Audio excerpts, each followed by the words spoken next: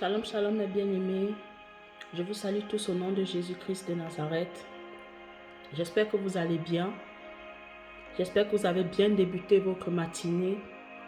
Et j'espère qu'avant toute chose, vous vous êtes d'abord rendu dans votre lieu secret pour vous consacrer, pour vous donner à Dieu comme des sacrifices vivants, comme des instruments disposés et disponibles à être utilisés durant cette journée.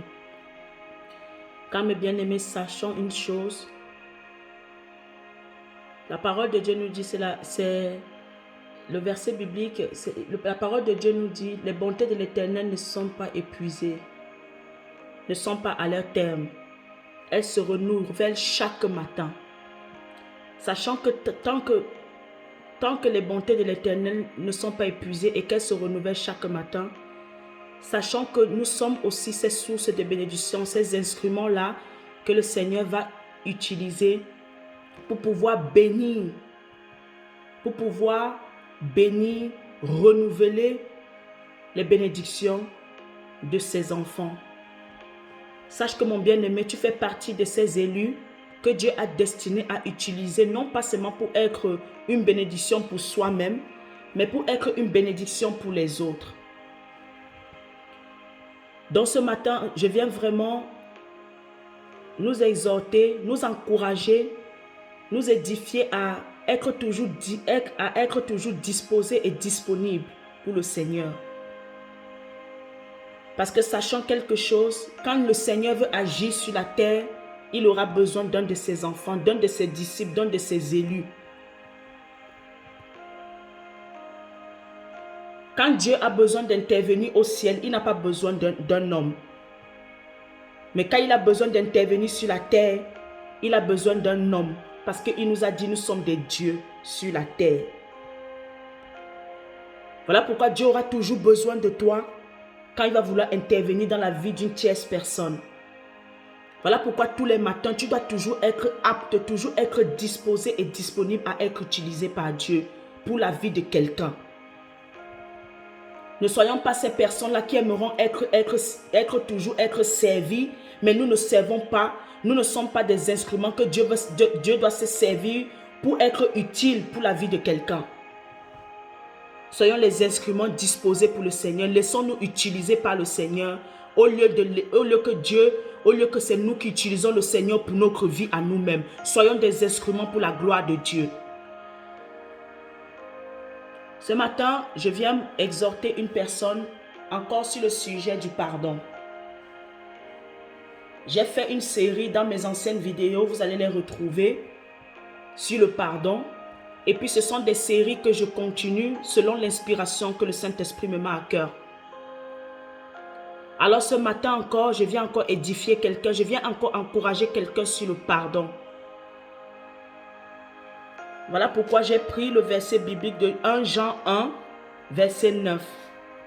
Je lis pour la gloire du Seigneur. Si nous confessons nos péchés, il est fidèle et juste pour nous les pardonner et pour nous purifier de toute iniquité. 1 Jean 1, 9. Parole du Seigneur. Ici aujourd'hui, je vais parler de l'attitude de celui qui doit pardonner. De celui à qui on a commis l'offense. Je viens m'adresser à toi, mon frère. Je viens m'adresser à toi, ma soeur. Tu as été offensé. C'est vrai, ça fait mal. C'est vrai, peut-être ça t'a produit en toi de l'amertume, de la haine, de la rage, de la tristesse. Ça a peut-être volé ta joie et ta paix. Tu vis dans la peur parce que tu as été trahi. Tu n'arrives pas à surmonter cela. Parce que la personne qui t'a trahi, c'est quelqu'un en qui tu faisais tellement confiance. Tu ne pouvais pas t'imaginer un jour que cette personne pouvait poser un tel acte à ton encontre. Mais ce matin, je viens t'encourager, je viens t'édifier, je viens te dire que ce ne sont pas les murmures, Ce n'est pas l'animosité. Ce n'est pas le non-pardon.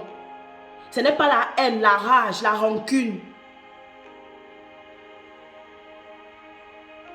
qui te donneront la solution, qui te libérera, ou bien qui feront en sorte que tu retrouves ton état d'autrefois. Au concret, tu es en train de te pourrir, de t'intoxiquer toi-même ta propre vie. J'aimerais que tu saches ce matin, avant que Dieu ne regarde celui qui t'a offensé, l'offenseur, Dieu regardera d'abord ton attitude que tu as eue envers l'offenseur. Nous connaissons tous lorsque Jésus était sur la croix. Le Seigneur Jésus n'a condamné personne. Le Seigneur Jésus n'a jeté la pierre à personne. Mais le Seigneur Jésus-Christ a dit, Père, pardonne-leur car ils ne savent pas ce qu'ils font. Quelle est ton attitude face à celui qui t'a offensé? Parce qu'il y a de ces personnes, quand ils ont subi l'offense, quand ils ont subi une injustice, ils veulent aussi que Dieu fasse injustice, fasse subir la même chose à la personne qui les a offensés. Non, mon bien-aimé, tu ne peux pas imposer à Dieu de rendre justice à une personne en lui faisant du mal. Et nous trouvons beaucoup ça dans la vie des chrétiens. Un chrétien qu'on a touché son ego, un chrétien qu'on a offensé, humilié, un chrétien qu'on a blessé, qui est meurtri, il ne priera pas pour que Dieu pardonne forcément pour son proche, pour son prochain. Mais il va chercher à venger, à se venger. Ses prières vont être tournées dans la vengeance parce qu'on a touché son ego. Imaginons-nous si Jésus avait fait cela. Imaginons si Jésus avait crié à son Père, Père, maudis-les. Dieu l'aurait fait parce que Jésus avait une raison valable. Mais Jésus ne l'a pas fait. Parce que Jésus a compris qu'il n'était pas là pour lui.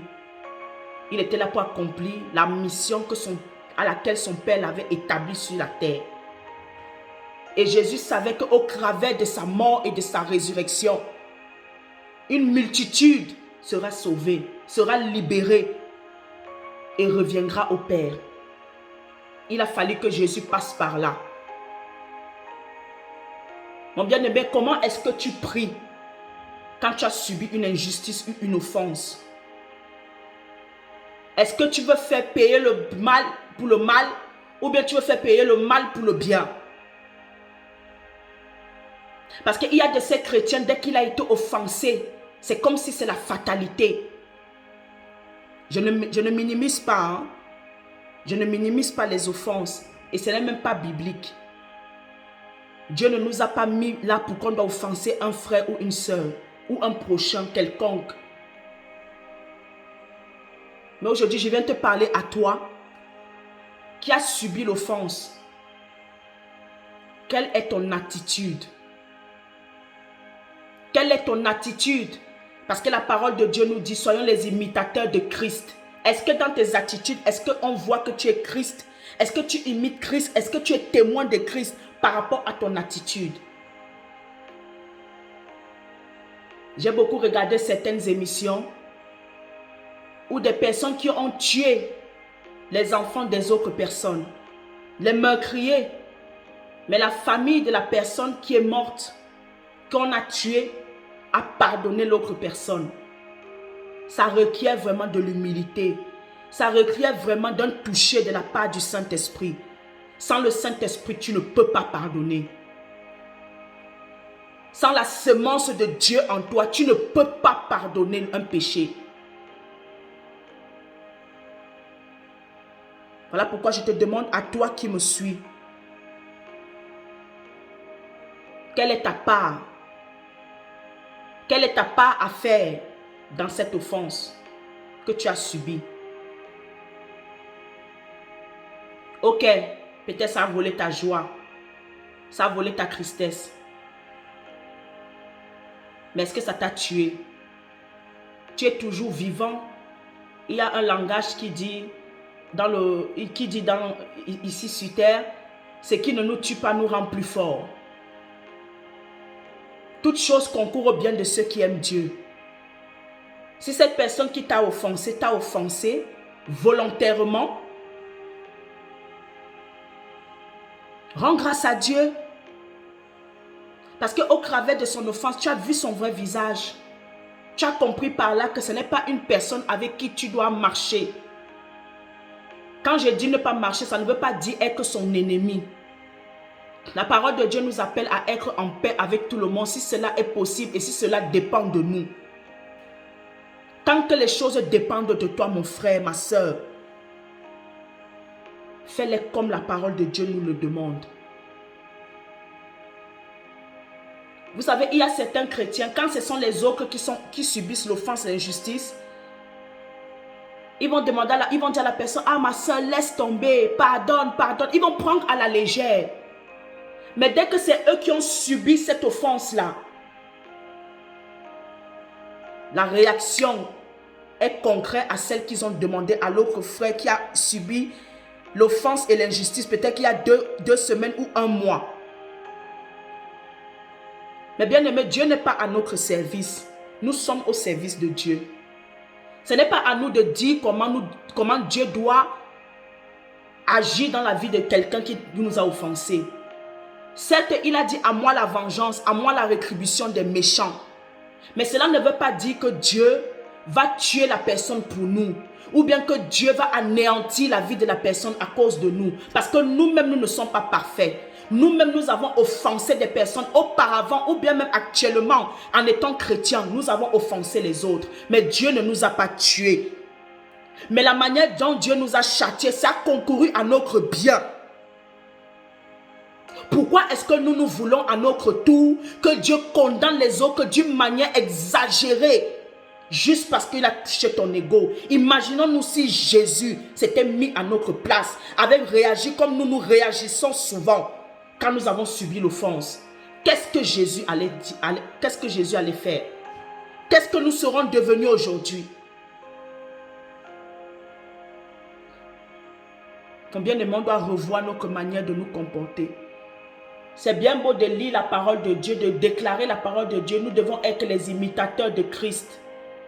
Nous devons être les imitateurs de Christ. C'est bien beau. Mais en quoi est-ce qu'on va reconnaître que nous sommes les véritables imitateurs de Christ?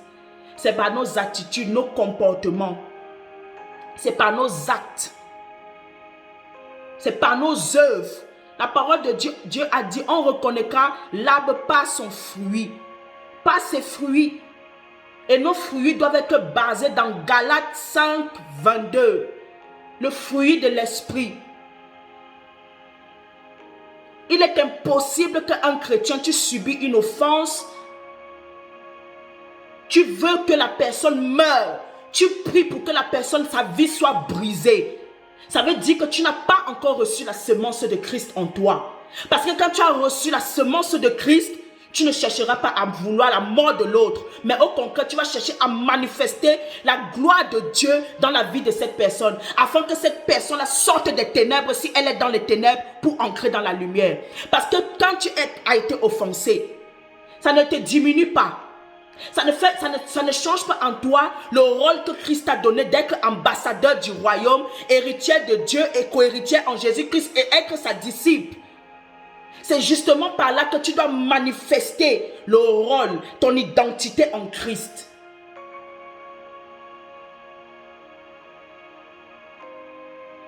Bien-aimé, je continue à dire, je ne minimise pas ta douleur. Je ne minimise pas l'offense. Ça fait mal. Parce que moi-même, j'ai déjà été offensé. J'ai été victime des injustices, des offenses. Mais c'est la manière dont tu te comportes qui importe à Dieu. Qui compte pour Dieu. Regardons seulement quand Job a été frappé. Quand Job a eu des épreuves sur épreuves. Regardons comment ses trois compagnons, ses trois amis se sont comportés avec Job. Ils ont accusé Job, que Job est responsable de tout ce qui lui arrive. Ils avaient oublié le bien que Job leur faisait auparavant. Ils avaient oublié l'intégrité de Job. Mais lorsque Dieu a voulu pardonner, a voulu faire justice aux amis de Job, Dieu a permis que ça dépende de Job. Voilà pourquoi Dieu a dit aux amis de Job, allez faire les sacrifices à Job. De la manière dont Job recevra les sacrifices, recevra les sacrifices, c'est de cette manière. En fait, la sentence des amis de Job correspondait à la prière de Job. Toi, comment tu pries pour ceux qui t'ont offensé? Comment est-ce que tu te tiens devant le trône de la grâce, devant le Père, pour prier pour ces offenseurs? Tu penses que la solution, c'est de tuer ces personnes? Tu penses que la solution, c'est de meurtrir ces personnes? Tu penses que la solution, c'est de faire œil pour œil, dent pour dent? Jésus est venu abolir tout cela. Jésus a dit, si quelqu'un te gifle dans la joue droite, montre-lui l'autre joue. Jésus n'est pas venu pour la vengeance. Et même quand Dieu te venge, Dieu ne te vengera pas comme les hommes le veulent. Dieu va venger en sorte que la personne là puisse venir à lui, puisse être consacrée à lui. Dieu va venger cette personne en ce que la sentence qui va dans la personne, ça va concourir au bien de la personne qui t'a offensé. Nous les hommes, on a le cœur, on est méchant, on a le corps tortueux. Quand nous avons été touchés dans notre ego, nous oublions la parole de Dieu. Nous oublions que nous-mêmes auparavant, dans notre vie passée, nous avons offensé des personnes. Imaginons-nous un instant, si Dieu écoutait les prières des hommes, si Dieu écoutait les prières de ceux qu'on a offensés, si Dieu exécutait les prières de ceux qu'on a offensés, c'est qu'aujourd'hui peut-être nous sommes morts. C'est qu'aujourd'hui nous sommes maudits à vie, malgré que nous sommes en Christ. Vous vous imaginez les offenses qu'on a pu faire aux autres? Si ces personnes-là disaient, Seigneur, tue-les, maudis-les, qu'ils ne soient plus bénis, qu'ils n'enfantent plus, qu'ils ne trouvent pas le travail, qu'ils vivent comme des errants sur la terre. Imaginons-nous, comment est-ce qu'on aurait vécu dans ce monde? Tu t'imagines un instant? Si Dieu exauce ta prière, et qu'il avait aussi exaucé celle des autres que tu avais offensées quand tu étais dans le monde, ou bien même que quand tu es en Christ là, tu offenses, comment est-ce que ta vie serait? La parole de Dieu nous dit, ne faites pas autrui ce que vous n'aimerez pas qu'on vous fasse. Faites pas autrui ce que vous n'aimerez pas qu'on vous fasse. Je continue à dire, je ne méprise pas l'offense, je ne méprise pas l'injustice. Mais l'injustice n'est pas une fatalité. L'offense n'est pas une fatalité. Parce que toute chose concourt au bien de ceux qui aiment Dieu. Et à ceux qui sont appelés selon son dessein. Le verset se trouve dans Colossiens.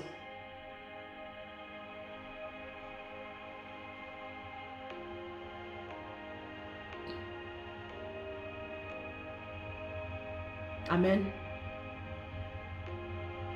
J'aimerais aussi parler aux offenseurs, à ceux-là qui offensent les gens en toute conscience. Vous êtes conscient que ce que vous êtes en train de faire, ce n'est pas bien, mais vous faites quand même.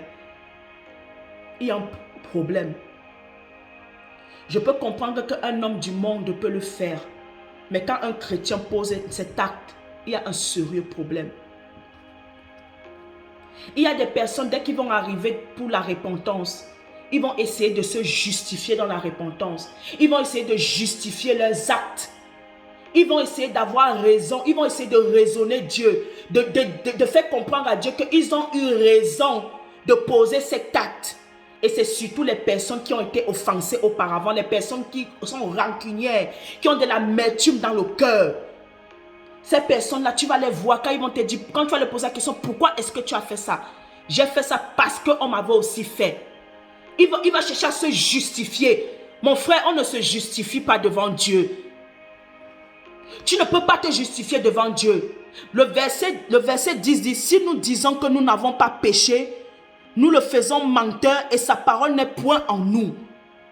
Tu ne peux pas te justifier devant Dieu si tu as péché. Si tu as pris conscience, si tu vas dans la présence de Dieu, tu as reconnu que tu as péché. Tu ne peux pas aller dans la même présence de Dieu, aller chercher à te justifier. C'est impossible. Alors pourquoi tu es parti te repentir? Pourquoi tu te répands? Si tu considères que ce que tu as fait au fond de ton cœur, ce n'est pas bien. Parce qu'une chose faite sans conviction est un péché. Si tu as pris conscience que je n'ai pas bien agi envers mon frère ou ma soeur, tu vas te retrouver devant les genoux fléchis devant Dieu. Pourquoi est-ce que tu cherches à te justifier devant Dieu? Pourquoi est-ce que tu cherches à te justifier devant Dieu? Pourquoi? Si au premier abord, tu sais, tu as pris conscience que ce que j'ai fait à ma soeur ou mon frère, ce n'était pas bien. Ce n'est pas selon la parole de Dieu. Maintenant, quand tu arrives devant Dieu, parce que tu es tellement hautain, orgueilleux, tu veux justifier ton acte. Oui, papa, j'ai fait ça. J'ai fait ça parce que... Il y a même des personnes, même quand ils pêchent. Oui, Seigneur, j'ai fait ça parce que je manquais de quoi manger. Papa, j'ai fait ça parce que mon soeur m'avait volé, on m'avait piqué mon mari. Papa, j'ai fait ça parce que... J'ai fait ça parce que... J'ai fait ça parce que... Tu veux justifier ton acte. Sache que Dieu ne te pardonnera pas. Sache que le pardon, tu ne l'obtiendras pas. Le pardon, tu ne l'obtiendras pas. Parce que la véritable repentance, c'est s'humilier devant Dieu, reconnaître que papa, j'ai fait. Je te demande pardon. Et c'est de reconnaître que peu importe la sentence que Dieu donnera à ton encontre, tu l'accepteras. Parce que tout ce que Dieu fait est juste. Tout ce que Dieu fait est juste. Dieu n'est pas un Dieu d'injustice, injuste. Il est juste dans ses sentences. Si Dieu a permis que tu te retrouves dans une situation, c'est parce que dedans, Dieu a tranché. Et comme il est juste, tu mérites cette sentence. Dieu est juste dans tout ce qu'il fait.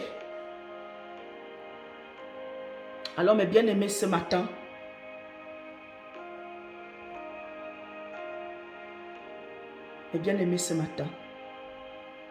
soyons les véritables imitateurs de Christ.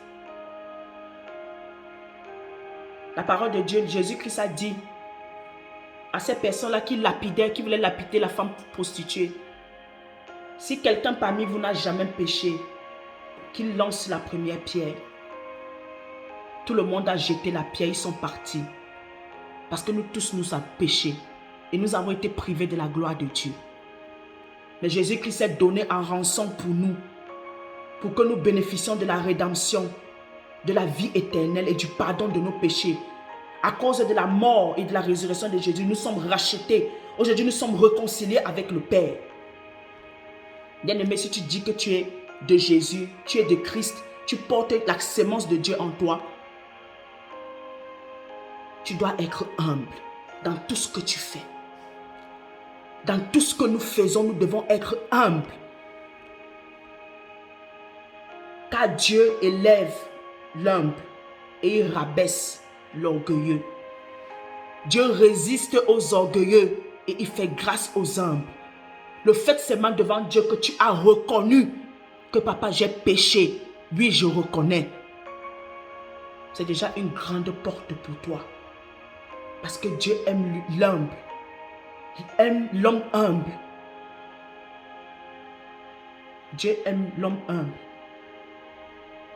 Donc c'est mon encouragement de ce matin. Soyons humbles.